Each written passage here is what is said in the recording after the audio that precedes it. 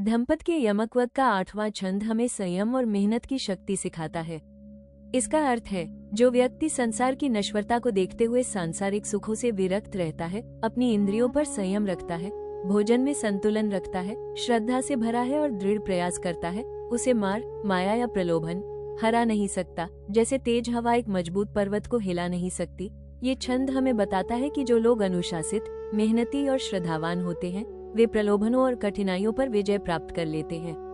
बुद्ध कहते हैं कि संयम, श्रद्धा और दृढ़ता हमें इतना मजबूत बनाती है कि कोई भी नकारात्मक शक्ति हमें हिला नहीं सकती।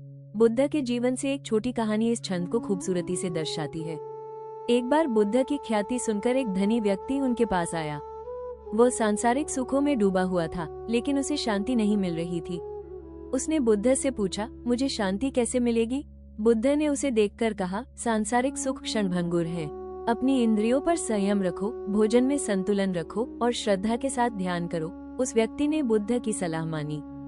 उसने धीरे धीरे अपनी इंद्रियों पर नियंत्रण किया, सादा जीवन अपनाया और दृढ़ता से ध्यान शुरू किया। कुछ समय बाद जब उसके पुराने दोस्त उसे फिर से सांसारिक सुखों की ओर लुभाने आए, तो वह अडिग रहा। उसने कहा, अब मैं माया से नहीं हारूंगा, क्योंकि मैंने बुद्ध की राह चुनी है। इस घटना से हमें सीख मिलती है कि संयम और मेहनत हमें इतना मजबूत बनाते हैं कि प्रलोभन हमें हिला नहीं सकते। ये छंद और बुद्ध की कहानी हमें सिखाती है कि संयम, श्रद्धा और दृढ़ता हमें अजेय बनाते हैं। हमें सांसारिक सुखों से विरक्त रहना चाहिए, अपनी इंद्रियों पर नियंत्रण रखना चाहिए और मेहनत के साथ सही रास्ते पर चलना चाहिए। बुद्ध की तरह हमें अपने मन को इतना मजबूत बनाना चाहिए कि कोई भी प्रलोभन हमें डगमगा न सके।